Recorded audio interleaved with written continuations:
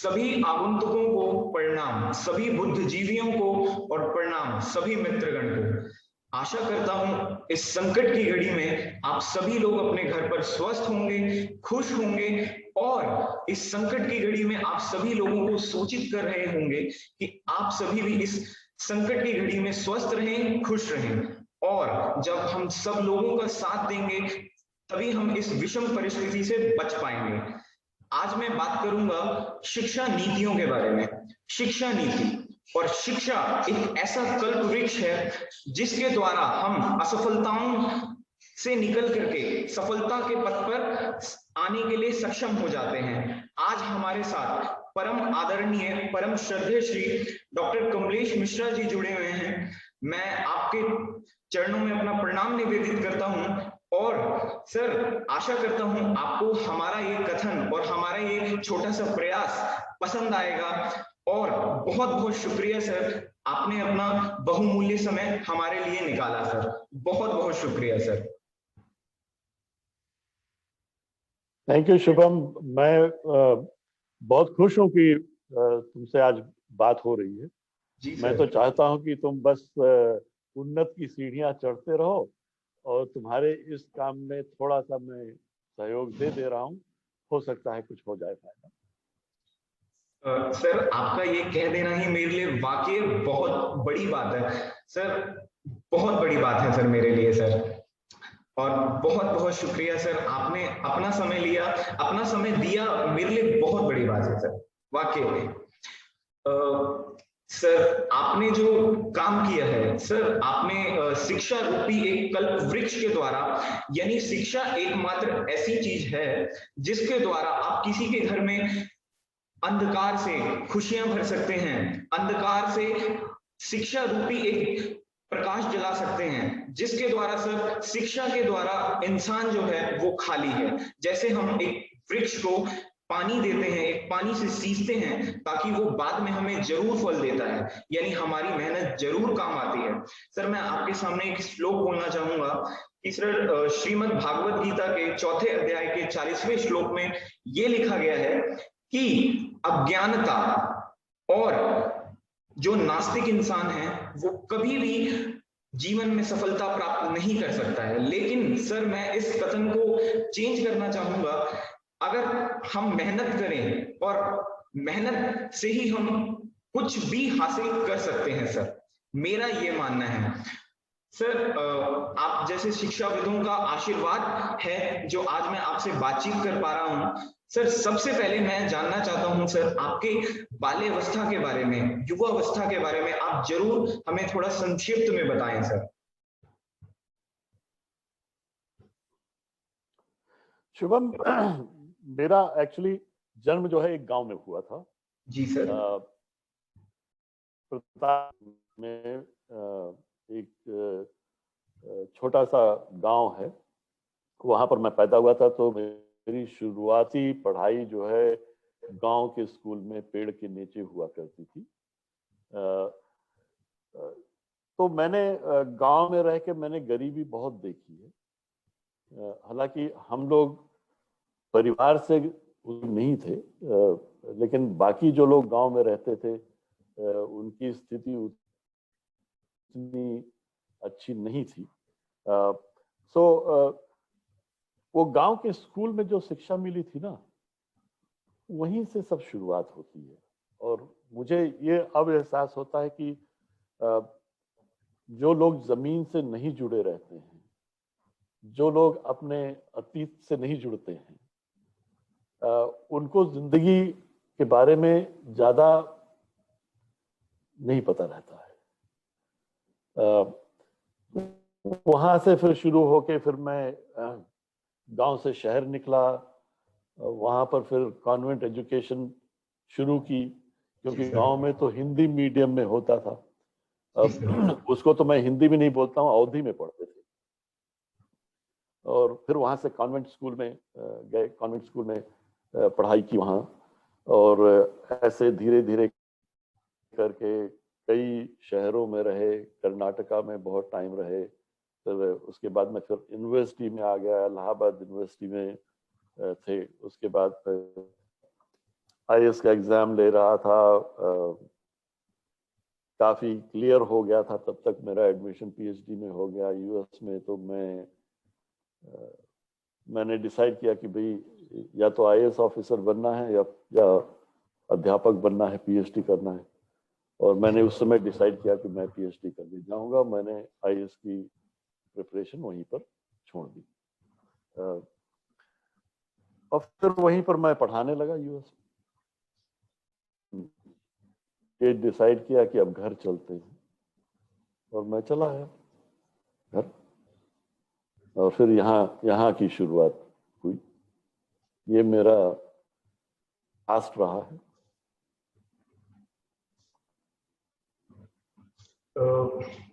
Sir यह जानकर बहुत मन में प्रसन्नता हुई, क्योंकि सर अध्यापक जो है, अध्यापक का जो महत्व है इस समाज में वो बहुत ही उच्च दर्जे का है सर।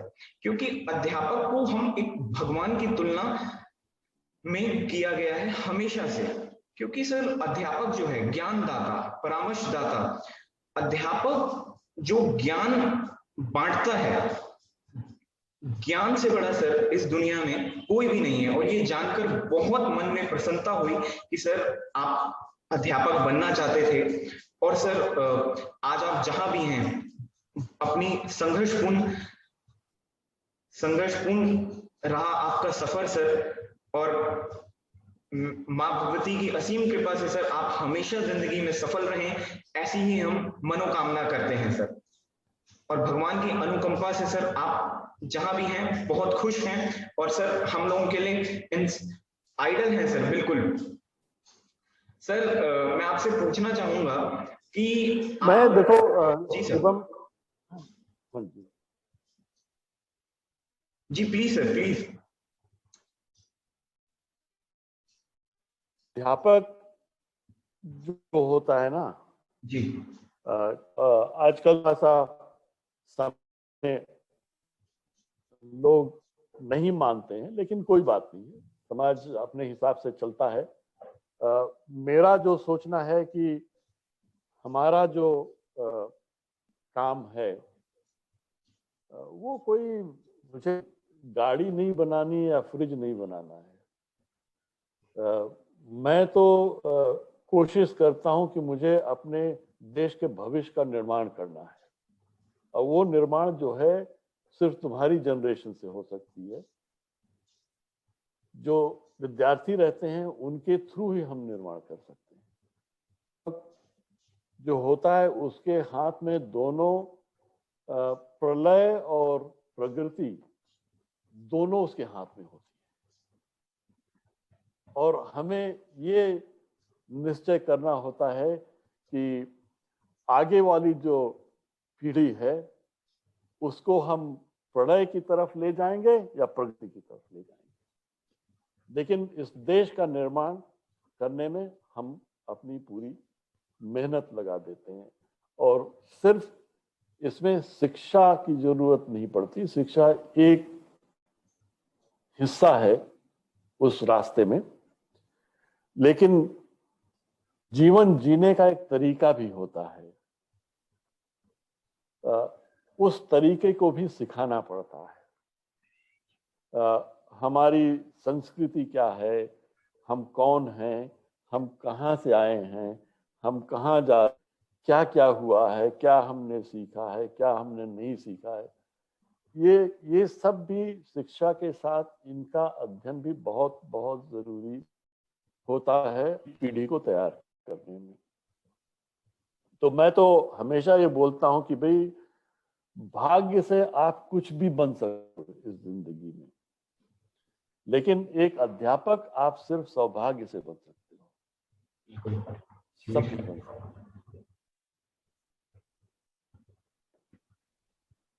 सर बिल्कुल आपका कथन बिल्कुल सार्थक है और बिल्कुल सच है सर। क्योंकि अध्यापक बहुत ही कम ही है सर। और ये शिक्षाविद ऐसी प्रणाली है सर जो बहुत ही कम देखने को मिलती है सर। और लेकिन इस देश की विडंबना है कि जितना अध्यापक को महत्व मिलना चाहिए जो नहीं मिल पाता है सर। क्योंकि सर यह सबकी सोच के ऊपर निर्भर करता है, और जब तक ज्ञान इस देश में फैलेगा तभी सभी लोग इस पारदर्शिता से रूबरू हो पाएंगे सर। मैं आपसे यह जानना चाहता हूं कि सर आपके युवावस्था में आपको ऐसा क्यों लगा कि मुझे शिक्षा जगत से जुड़ना चाहिए? क्योंकि सर बहुत सारे पढ़ाव थे जिसके साथ आप जुड़ सकते थे, लेकिन आपको ऐसा उस समय क्यों लगा कि मुझे शिक्षा रूपी कल्प वृक्ष के साथ ही जुड़ना चाहिए, एक ज्ञान के मंदिर के द्वारा जुड़ना चाहिए, जिस ज्ञान के मंदिर द्वारा सर आपने लाखों लोगों को, लाखों बच्चों को आज आगे जाने के लिए प्रेरित किया है सर? प्लीज बताएं सर थोड़ा सा। शुभम, मेरी फैमिली, मेरे परिवार की जो बैकग्राउंड है, मेरे फादर भी एक प्रोफेसर थे, मेरे अंकल्स भी सब प्रोफेसर्स हैं। मेरे परिवार में ऑलमोस्ट शिक्षा, हायर एजुकेशन से हर एक फील्ड में जुड़े हुए लोग हैं। मतलब ये पूरा परिवार ही एक विश्वविद्यालय है, हर डिसिप्लिन के लोग इसमें हैं। तो बचपन शिक्षा, हमारा खाना पीना, उठना बैठना, बात करना, सब उसी माहौल में होता था। शिक्षा की ही बात होती थी जी। तो ये एक परिवार से चला आ रहा है। मेरे फादर भी वाइस चांसलर थे इलाहाबाद विश्वविद्यालय के। मेरे दो अंकल्स भी प्रोफेसर्स थे। तो ये काम है जो हम लोग चला, सर्विसेज में जाना चाहिए। मैंने अपना प्रीलिम्स क्लियर कर लिया, एग्जाम तैयारी चल रही थी और मैं क्लियर कर लेता। पीएचडी करना है, फिर मुझे टीचिंग में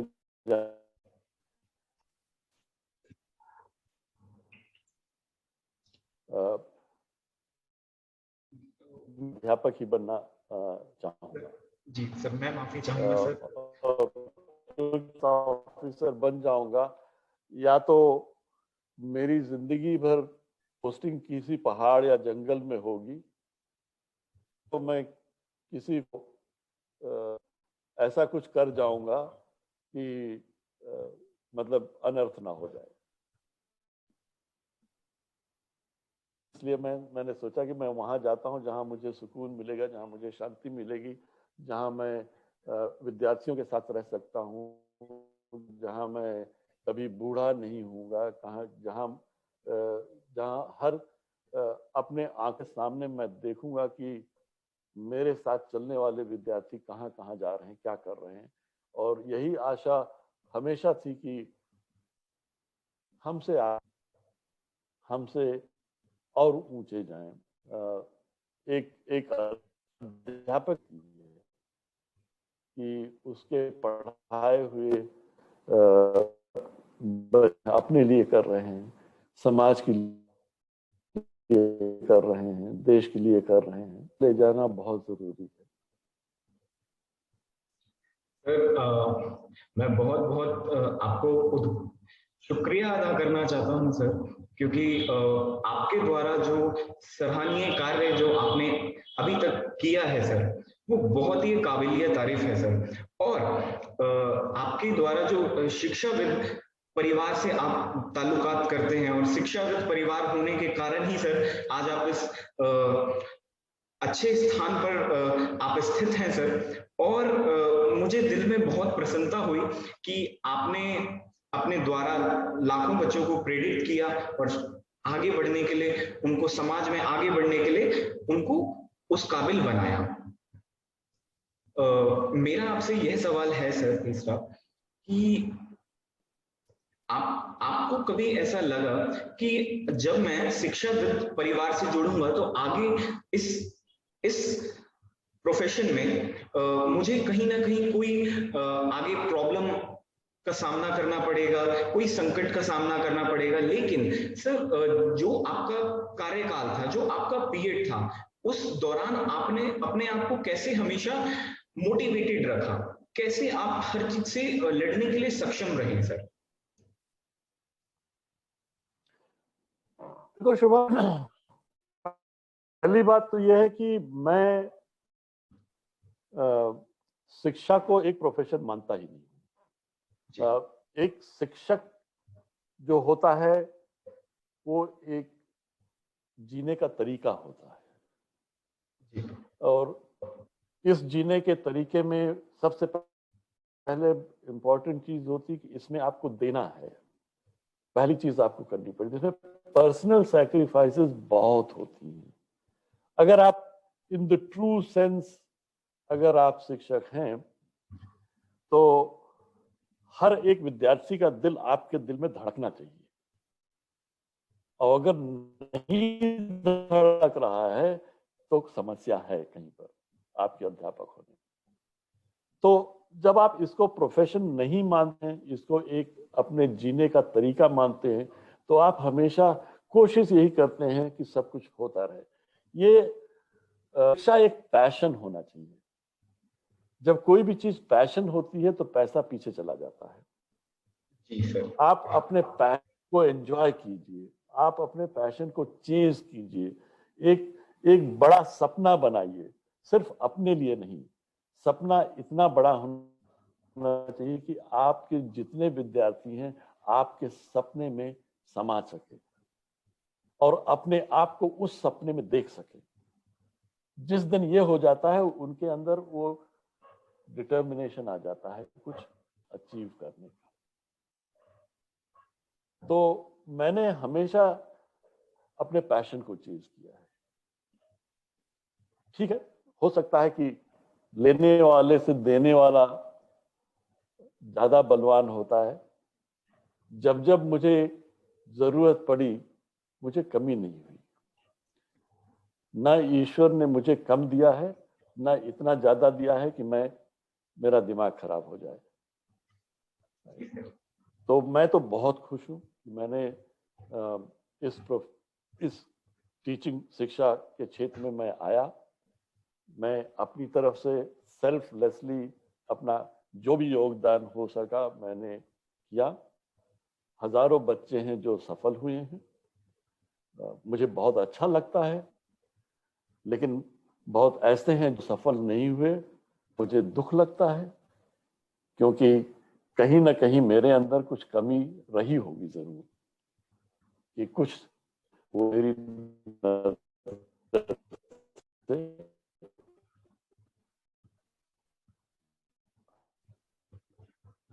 फील होता है कि बच्चों ने, बहुत लोगों ने अच्छा किया। वैसे मुझे दुख भी होता है कि कुछ का मैं नहीं कर पाया, और शायद ये दुख हमेशा रहेगा।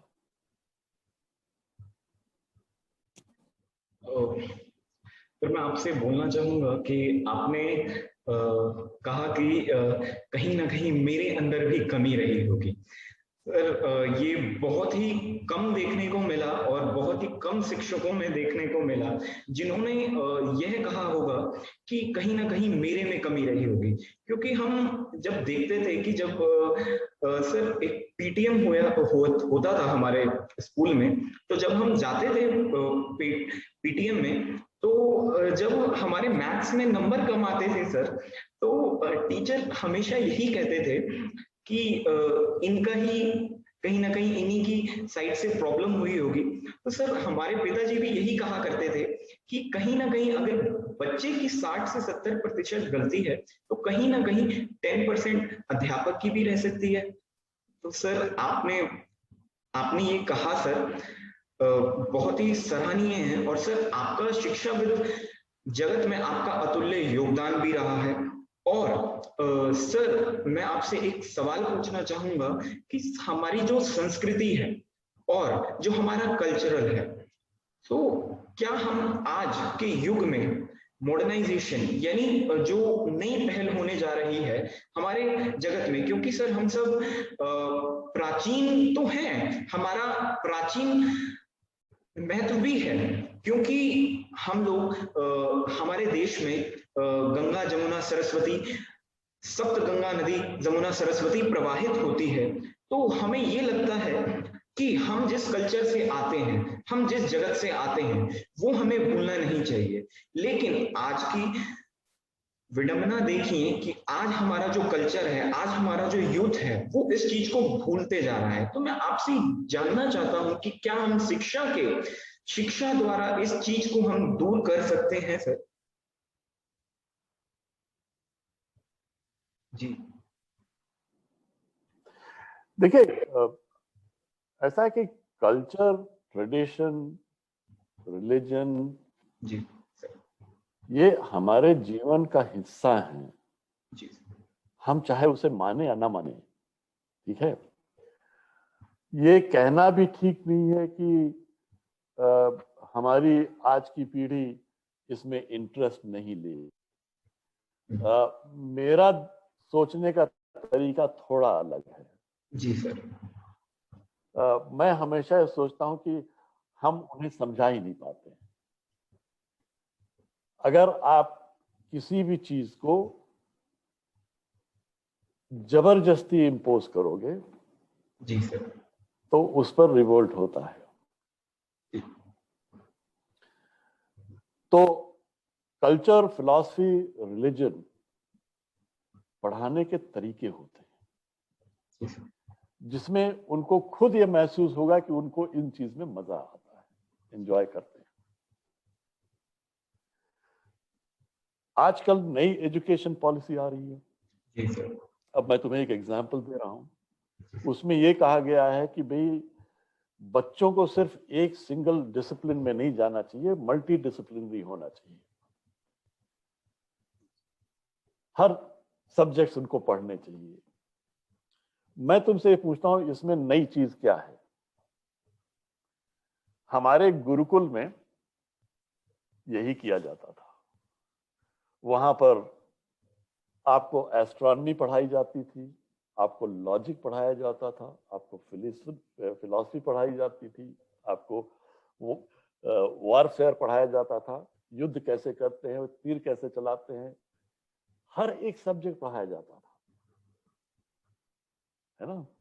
जी सर। हम ये नहीं मानते हैं कि इंटरडिसिप्लिनरी अप्रोच शिक्षा में हमारे गुरुकुल से निकली है। हम उसकी क्रेडिट देते हैं वेस्टर्न को, जिन्होंने हमारे गुरुकुल से सब चीजें उठाकर उसको रीपैकेज करके हमारे पास भेज दिया और हम बहुत खुश हैं। ये चीज हमारे यूथ को नहीं मालूम है, लेकिन आप उसको करंट स्टेट को कंपेयर करके बताइए कि ये ऐसे होता था हमारे यहां। हम कहते हैं भाई एक स्टूडेंट और टीचर के बीच एक ऐसी रिलेशन होनी चाहिए जिसमें फियर नहीं होना, डर नहीं होना चाहिए। क्योंकि अगर डर रहेगा तो वो सवाल नहीं पूछेगा, और सवाल नहीं पूछेगा तो सीखेगा। जी सर, बिल्कुल। ये तो गुरुकुल में होता था। गुरुकुल में साथ रहते थे, साथ खाते थे, साथ पढ़ते थे, सब कुछ होता था और किसी को कोई फियर नहीं होता था, राइट। शास्त्रार्थ हुआ करते थे, डिबेट्स हुआ करते थे। आजकल तो हम डिबेट नहीं करते हैं, हम तो सिर्फ भाषण दे देते हैं और बच्चे चले जाते हैं। हम उनके अंदर जो क्षमता है उसको हम निकलने ही नहीं देते हैं, उसको हम मौका ही नहीं देते हैं उस स्टूडेंट को कि वो अपने पोटेंशियल को बाहर निकाले। हम उसको एक डायरेक्शन उसके माइंड में नॉलेज, मैं नॉलेज भी नहीं कहूंगा, इंफॉर्मेशन। बट जब तक हम गुरुकुल का टाइप का सिस्टम पर इंफॉर्मेशन एंड विजडम, ये तीनों चीजों का संगम। मैं ये नहीं कह रहा हूं कि मैं इस शहर के अंदर मैं गुरुकुल बना दूंगा कि जंगल में चले जाएंगे, लेकिन आप कंक्रीट जंगल में गुरु नहीं बदलते। एक स्टूडेंट और टीचर के बीच का रिलेशन जो है वो एक सिद्धांत के उस पर बेस्ड था, वो तो अभी भी अप्लाई कर सकता है ना। जगह की जरूरत नहीं है कि जंग जाना है। तो जब तक हम अपने कल्चर के बारे में बात नहीं करेंगे, अप्रिशिएट नहीं करेंगे, लीडरशिप लेसन्स आपको महाभारत रामायण से नहीं निकलेंगे। आज तक किसी ने बोला है कि कृष्ण ने जो बोला अर्जुन को, उसमें क्या लीडरशिप लेसन्स हैं?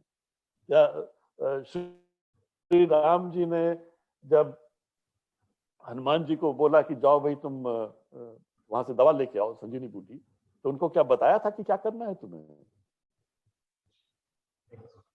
नहीं बताया था ना, बोल दिया था जाओ, और वो गए और पहाड़ पूरा लेके चले आए। तो बहुत सारे लेसन्स हैं जो हमको एक मॉडर्न कॉन्टेक्स्ट में बच्चों से बात करना चाहिए।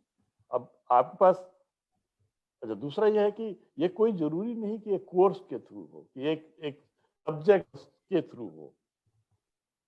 हम तुम लॉन में बैठ के बात कर सकते हैं, एक टीचर और स्टूडेंट, हम कैफेटेरिया में बैठ के बात कर सकते हैं, हम कहीं भी बैठ के बात कर सकते हैं। अगर मैं तुम्हें मौका नहीं दूंगा मुझसे बात करने का, तो आप मुझसे क्या सीखोगे? मैं चाहता हूं कि मेरे जीवनी से भी आप कुछ सीखो। तो मुझे पहले अपना दिल खोलना पड़ेगा सब बताने के लिए कि मैंने क्या क्या किया था, मैंने कैसे किया था। ये भी एक रास्ता है, बट सिर्फ यही रास्ता नहीं, और भी रास्ते हैं, लेकिन ये भी एक रास्ता है, राइट? तो ये एक विद्यार्थी को बताना बहुत जरूरी रहता है। मैं तो हमेशा कहता हूं एक विद्यालय या यूनिवर्सिटी की एक इंच जो है वो पढ़ाई का क्षेत्र होता है, सिर्फ उस दीवार के अंदर नहीं। अगर हम उस दीवार के अंदर शुरू कर देंगे तो हम नहीं सिखा पाएंगे। हमें उनके साथ वैसे ही रहना है जैसे गुरुकुल में रहते थे, चाहे बाहर हो चाहे अंदर हो।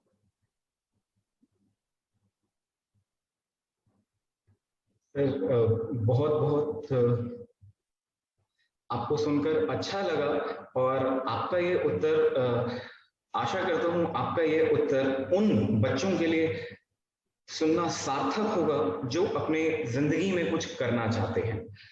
और सर मुझे सुनकर ये बहुत ही खुशी हुई, आपने चर्चा की गुरुकुल की, क्योंकि सर मेरे पिताजी भी गुरुकुल से आते हैं, और जब हम बात करते हैं, हमने सर जो सच्चाई है कि हमने कभी अपनी जीवन में गुरुकुल देखा ही नहीं, और गुरुकुल की आधारशिला ही कुछ अलग थी आज की शिक्षा रूपी से। और आपका कथन बिल्कुल सार्थक है कि जब तक हम किसी भी चीज को अच्छे से किसी को बताएंगे नहीं, तब तक वह कैसे समझ पाएंगे सर। तो हम बताना भी, ये आपके अंदर काबिलियत होनी चाहिए। सर मेरा आपसे आखिरी सवाल यह है कि हमारे देश में बहुत से विद्यार्थी हैं जो कंपटीशन की तैयारी कर रहे हैं, और वो चाहे एज ए कॉर्पोरेट सेक्टर में हो, as a government competitive exam हो, चाहे वो सिविल जुडिशरी की तैयारी कर रहे हो या किसी भी गवर्नमेंट सेक्टर की तैयारी कर रहे हैं। सर मैं आपसे ये जानना चाहता हूँ कि आप उनके बारे में क्या कहना चाहेंगे, किस चीज को वो फॉलो अप करें, किस चीज को कैसा अनुशासन बनाए रखे ताकि वो सफल रहे सर? देखो ऐसा है, चाहे आप एज एक विद्यार्थी के रूप में, चाहे आप कंपटीशन में जाना चाहते हो या आप नौकरी करना चाहते हैं, चाहे प्राइवेट सेक्टर में हो चाहे सरकार में हो, चाहे कुछ भी हो, बस एक चीज का पहले ध्यान रखना है, आपको ये मालूम होना चाहिए कि आप जा कहां रहे हो। ये बहुत जरूरी है। आप एक छोटा सा परिवार के साथ आप एक वेकेशन पर जाना चाहते हो, छुट्टी लेकर कहीं घूमने जाना चाहते हो, तो पूरी प्लानिंग के साथ जाते हो। 2 दिन का वेकेशन आप डिसाइड करो कहाँ जाना है, फिर कैसे जाना है, वहां पर कहाँ रहना है, सब कुछ करते हो ना।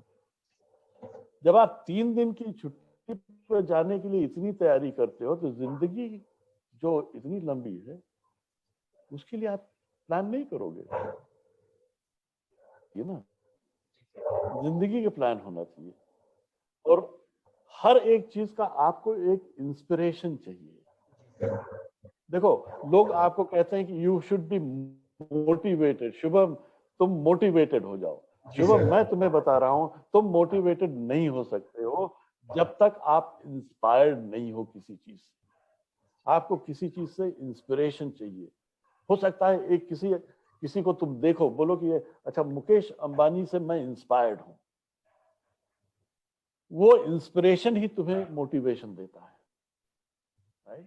या आप कोई पोजीशन है, कोई पर्सन है, कोई कुछ है जिससे आप इंस्पायर्ड हो, आप अपने कल्चर से इंस्पायर्ड हो, अपने फिलॉसफी से इंस्पायर्ड हो, कोई ऐसी चीज है जो आपके अंदर वो आग जलाती है, जिसको हम लोग मोटिवेशन बोलते हैं, जिसको हम ड्राइव बोलते हैं।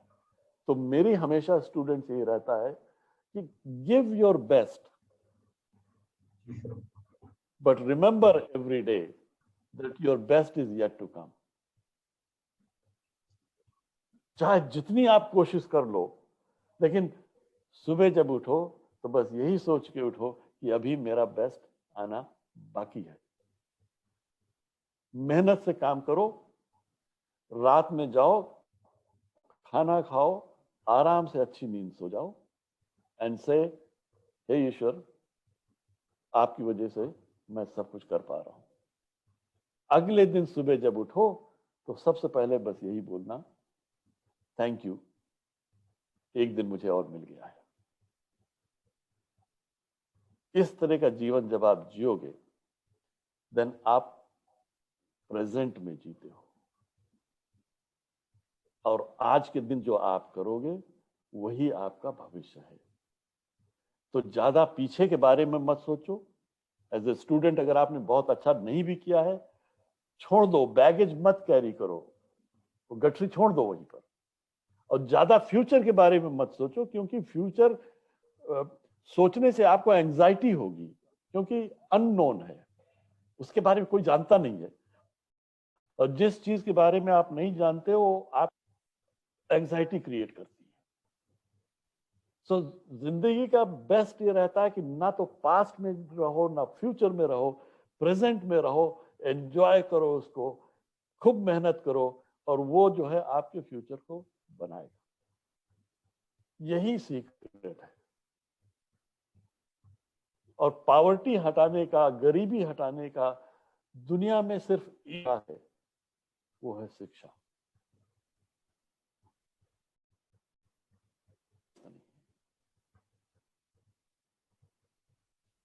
तो हर विद्यार्थी को सिर्फ इसी पर ध्यान अपना देना चाहिए।